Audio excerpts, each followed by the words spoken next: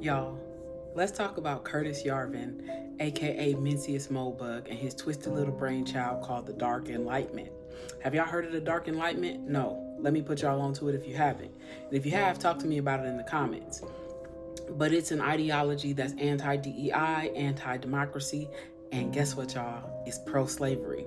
And you know what the wildest part is? Some tech bros with billions are vibing with it. Now, who am I talking about when I say tech bros with billions? First, let's talk about what is the Dark Enlightenment.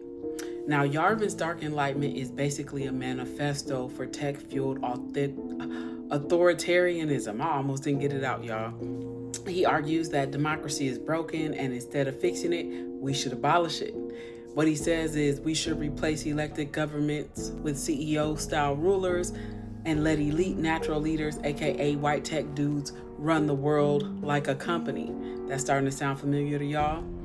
It's anti-equality, anti-liberalism, and deeply anti-DEI. Because DEI is about equity, access, and justice. And Yarvin's out here saying, nah, let's get back to the good old days when the kings ruled and people knew their place. If y'all haven't checked out the Dark Enlightenment, I promise you, you should go see it. This man literally wrote blog posts defending slavery. Like, not metaphorically, y'all. He said slavery was socially acceptable and criticized for the Civil War for ending it, okay? He criticized the Civil War for ending it. Let me get my words right. And that's not provocative. That's white supremacist fantasy dressed up in Silicon Valley speak, okay? It's wearing a mask. And here's what else he says. The most dangerous part, Curtis Yarvin has influence. He's been in conversations with Peter Thiel. Y'all know who that is, the founder of PayPal.